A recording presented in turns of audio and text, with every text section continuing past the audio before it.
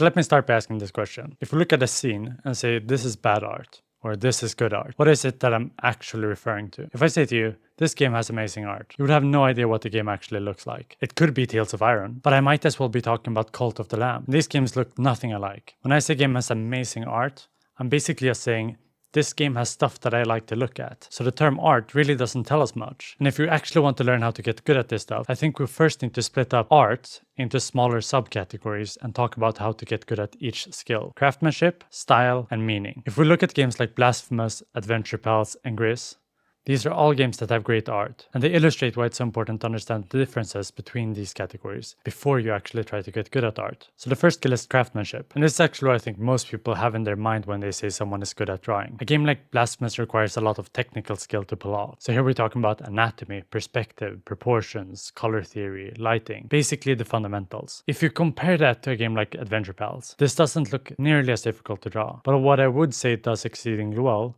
is style. If you like this type of cute, goofy style, you probably don't want the game to look difficult to draw. You want it to be a bit anatomically off and odd looking. So to some extent, putting all your effort into showcasing craftsmanship could reduce how appealing your style is. And then we have the term meaning. And to explain the term meaning, we can look at games like Gris, which, yes, it requires a lot of technical skill to pull off, and it also has a very distinct and nice style. But this game consistently gets reviews like bittersweet, I almost cried, it's emotional. When people play this game, they feel that it has some meaning. It evokes some emotions. And I would say that this aspect of art can often get a bit pretentious. Like modern art pretty much feels like it's all meaning, but no craftsmanship and no style. So it kind of sucks to look at. But in order to understand why it's important, I think that instead of looking at modern art, it's better to think about memes. These don't have to look good, but when people see them, they relate to them somehow. There's some idea or information that is expressed that people find valuable. And so the risk of trying to learn game art by only focusing on craftsmanship is that you will learn how to make generic art. It's inoffensive, but no one really cares about it. If you don't understand that craftsmanship can affect style and meaning, your art might actually become worse as you get better. The best example of this is perhaps the new Lion King remake. It's extremely impressively made, but as a movie, it's kind of worse. They put everything into craftsmanship, so they ended up reducing the impact of the style and meaning. It's important to understand that in practice, people like art for very different reasons. Either because it conveys a specific meaning, or because it's impressively made, or perhaps you just really like skulls. When you get really good at appealing to someone's taste with having a well-defined style, you're actually no longer competing with people who are good at the craft. Someone who really likes cute, goofy art is going to prefer your game over a game like Blasphemous, even though Blasphemous is arguably more difficult and time-consuming to make. So by making something moderately unique, your competitive edge is not being good, but being unique. Some people will like what you do and others will hate it. But the people that do like it will generally like it a lot. And since you're the only one doing this unique thing, you don't actually have to compete with others. But even if style is extremely valuable to learn, there are aspects of the craft that are going to be really important for game art. But here it's also important to understand that the craft is also not one skill. I recently got this question on video. If you can draw so well, why is your walk animation so off? It's an interesting question, but the answer is actually relatively simple. It's because I'm terrible at animation. When you're learning art, you're not becoming good at art. You're becoming good at one thing at a time. And if you practice one thing a lot, well, you will be good at that one thing, but still suck at the things you haven't practiced. Ideally, we would want to be good at all the fundamentals of the craft, but some skills will be more important than others, and I'm going to recommend that you focus on 3 skills: silhouettes and shapes, contrast and color, and using references. Because I think that these are valuable for basically any type of game art that you do. The first aspect that I perhaps find the most important is blocking or understanding silhouettes and shapes. When you see me making art, you can see that even if I do use line art, the line art is rarely the first thing I make. Instead, the first thing I consider is actually the silhouette or the shape of the asset. If the silhouette is interesting and clearly communicates what the asset is supposed to be, then the asset is probably going to look quite decent. You can add line art and fancy textures to it after the fact, but the shape is the foundation to a good asset. And the opposite is often true as well. Think of something like a house. It can have fancy joints and basically everything going for it, but if the shape of the building is ugly, the building will be ugly. And even if we start adding fancy things to it, it generally won't change that fact. Whereas an interesting building shape will look interesting even if we add nothing else to it. To better understand this, let's take a look at this photo of a Norwegian spruce. Since this is a photo, it has a lot of information. We can even see the individual needles. Now if I'm gonna draw this, I can't really copy it exactly. And I really need to think about what information in this photo is actually important to keep. So I might do something like simplify the colors a bit and not draw each individual branch or needle. And then if we take and simplify this the furthest we can, then maybe I can even make an inverted triangle with a small box at the bottom. And hopefully you agree with me here, that if I try and simplify this any further, no one would actually know that this is a Norwegian spruce anymore. So the reason why this idea of the silhouette or the shape is so important is that you can strip away basically everything except for the shape. So how do you actually get better at simplifying and understanding shapes? Well, first and foremost, I think it's actually quite simple. You make sure to think about it and check it consistently when you're drawing. A lot of the time, the reason people fail at this is because they forget to think about it, and they add extraneous details and stuff that actually hinder the shape making its presence. But if we take a step further than this and just look at what happened with this example, the further I simplified, the closer I got to a triangle and a rectangle. And so if you get good at understanding these simple shapes in 2D or 3D space, then those skills will extend to basically anything you make, such as a tree or a bush.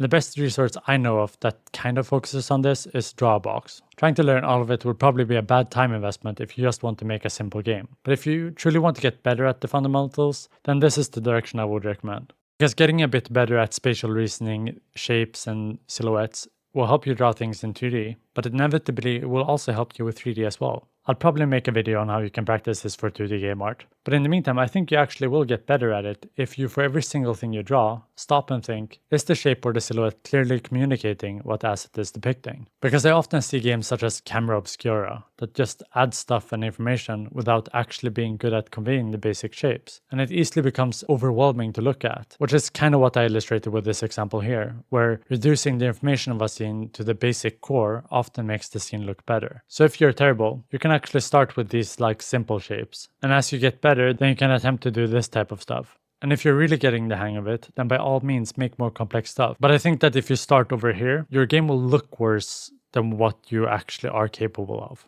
Overall, it's a skill that can be tricky to learn, but it will help you have good readability, interesting environments, and better character designs, which is why it's important to learn. With that said, it's not everything. And another skill that can be extremely valuable to learn is colors and values. You don't want your games to look like the colors were picked with no thought past, trees are brown, this color is brown, I'll pick this color. Understanding colors can make your game look nice without actually having nice things in it, sort of like an abstract piece of art. If you think about it, abstract pieces of art are generally just colors and shapes. And I think that these are fundamental skills of the craft that will still be fundamental to your style. A great example of this is actually Picasso. If you aren't aware, his early art, like these paintings, clearly illustrates that he knew very well how to paint. As he started to gravitate to Cubism, he simplified and simplified until what was largely left was just silhouettes, color, and style. The benefit of understanding colors is that unlike something like texturing or being able to draw something realistic, it doesn't really increase the time it takes for you to make each asset. This also goes for your values, so how dark or light your colors are. As a good resource for learning colors more in depth, I recommend checking out Marco Bucci. He has a lot of great and interesting videos on colors. With that said, I think it's generally fine to not learn all of color theory. I'm personally very prone to only using something called analogous colors. And this kind of works for me. And you'll see some games like Hollow Knight using largely one color for each biome. And Hollow Knight looks great. So you definitely don't need to learn all of it. But finding something that works is definitely beneficial. And learning about color harmonies and color schemes is a nice skill. But you can also find good colors by restricting the colors you use, and then find good palettes from references. And using references is what I think is the third most important skill to learn. Understanding how to use references is kind of similar to how a programmer might say that being a good programmer is really about being good at Googling. It isn't really true, but inevitably as both an artist and a programmer, you have to learn from others. And understanding why someone does what they do and having the ability to replicate it can at least make it seem like you know what you're doing. But it does actually go deeper than that. It gives you the confidence that you can figure it out. Most non-artists don't really believe that they can make something look nice by referring to other pieces of art,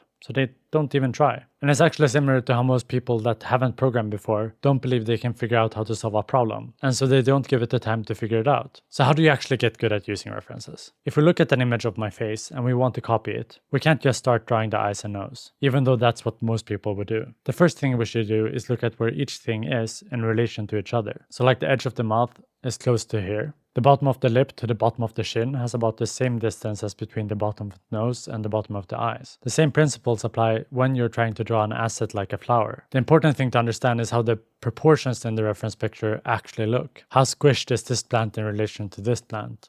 How much of the top of this plant do I actually see? And I mentioned the proportions here, but the same actually goes for referencing colors. It can be easy if you were to paint my eye, for instance, to just see this layer here and just intuitively pick white. But if you were to color pick this, you'll see that it's far from white. So you can practice the same thing here. Look at an asset, guess what the color you think you're looking at, and then color pick it and see how incorrect you were. Generally, when beginners pick colors, they pick them out at these extremes. And these extremes often look horrible, but if you learn how to look at other images, you'll eventually start to get the hang of how close these colors actually are to each other. The benefit of learning the skill of referencing is that the principle it teaches you is not strictly how to copy. The skill I think it teaches you is how to think about how something actually works and why it looks like it does. So it kind of goes together with the skill of understanding shapes and forms. So let me illustrate this idea using this plastic flower. I could obviously reference this pretty much as I see it, and this might not be that interesting. But if I simplify this one step, probably wouldn't even consider that I've used a reference anymore. So these are the fundamentals of the craft that I think you should focus on.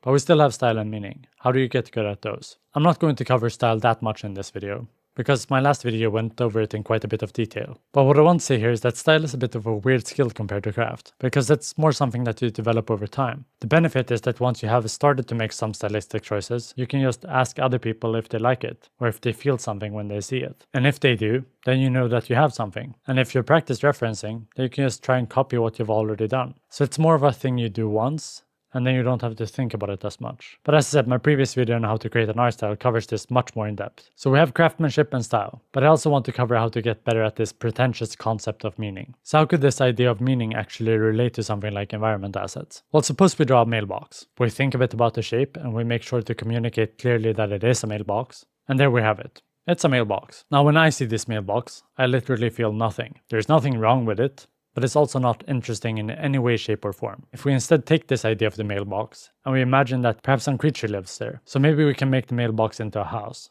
And once again, we think of the silhouette and make it a clear shape, and maybe it has some way to climb up the pole. Maybe it's had to repair some parts of the house, and perhaps we even have a chimney to be able to survive the cold weather. I realize that I'm on the one hand telling you to skip details, and on the other hand, I'm saying that the difference between the bad mailbox and the good mailbox are the details. But it's more about being purposeful with the stuff you add. Like a large part of what makes Hollow Knight so successful is how Team Sherry went all in on the idea of a bug kingdom. Everything feels so unified. It isn't just visuals for the sake of visuals. They're weaving together a story or an idea, and everything serves to tell something. And this can be really easy to forget. Like, I forget it too. As I said, this mailbox is from an animal drawing I did a few years ago. Like, there's nothing wrong with it, but hopefully agree that other than the baboon with a briefcase, this image is pretty dull. And so I just sketched over the idea on my iPad and got something slightly more exciting, because I started to consider the kind of forest a baboon with a briefcase would live in. And so meaning doesn't have to be something pretentious. It just has to be something. A coherent story. Like a whole package that ties everything together that you can sell to your audience. Once again, this skill is something that you can get better at with practice. But a lot of it can kind of be done by having a sticky note in front of you that says, does this asset fit the environment? Does this asset tell a story? And this idea of a sticky note might not actually be bad while you're practicing. Does the shape communicate what the asset is? Are the values decent? Do I follow my stylistic constraints? Does my art communicate something? That is not to say that any of this is easy. It takes time, and one mistake that I see beginners make is to think that it's easy for those that are better at art. And often that's actually not the case. I can easily spend more than 5 hours on an asset. We draw the same line 15 times without getting it correct. And if I have to do that, then it kind of makes sense that on occasion you have to redo your lines 30 times without getting it correct. If you give up after the third time you try to draw a line, then of course it won't look good. But the reason it doesn't look good is not that you can't draw. The reason is that you gave up too quickly. And I would generally say that you can learn this stuff without going for any courses. And a course I actually think is good is that Drawbox course. And generally I would actually not recommend that you buy courses. I buy courses on occasion, but that's also because I really like art and have been buying art books since I was 12. But if you're just starting with this stuff, you can get quite far by just practicing, and that's really what I think you should do. Just remember, art is not one skill. You can be good at one thing and bad at another. Just know your strength. I'm personally generally not that good at the craft, and that is fine. When people like my art, they don't say, "Oh, you're such a skilled artist." I mean, sometimes they do. What they say is, "I really love this art style." And if you're making game art, you're generally not in the business of showcasing your skill. You're in the business of attracting an audience. Thanks for watching. Bye. So the skills I've mentioned so far might seem tricky to learn in a sense, but I'm assuming that when you're trying to learn game art, you actually want to sit and do game art, not to do some art course for a year and then hopefully you can do some game art by the end of it. So if you want to practice while making game assets, then the idea is that for everything you make, You check the silhouette, you check the colors and values, and evaluate those things. And I would also largely advise you to ignore making stuff too complex, like shading and lighting, because as you add more stuff, it will get trickier for you to evaluate if you're doing good choices or not. And you can generally make stuff that people like without having shading and lighting anyway. But you can't really make stuff people like without good shapes.